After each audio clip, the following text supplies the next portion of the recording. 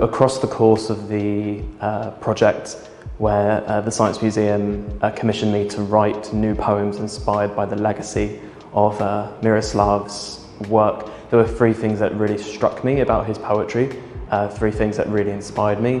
First of all, the actual poetics, so not just his exceptional diction, but I think his humour, which is really, really difficult to pull off in poetry. He does it so well, did it across his entire career. So the actual quality of his work, obviously, I enjoyed.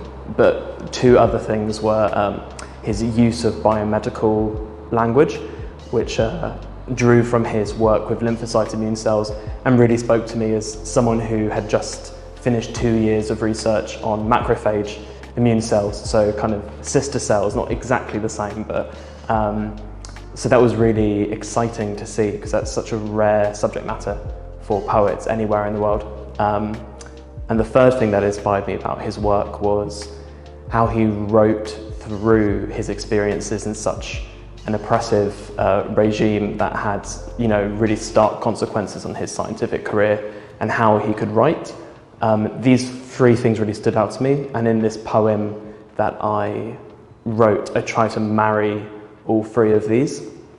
So it uses the first 3 lines from a poem of his called Immanuel, Kant, and I go from there, drawing on his biomedical and political legacy. So this is called The Party. The philosophy of white blood cells. This is self, this is non-self. And the hunt, that is their practice. The patrol and pursuit, capture and consumption. An immune system can be too suspicious, seeing non-self where it isn't, turning inward like a rat's tooth. Seasons pass in a slow whittling of self, making a man less than he was or could have been.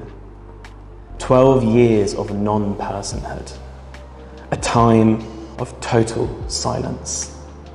And that is stagnation. That is sickness.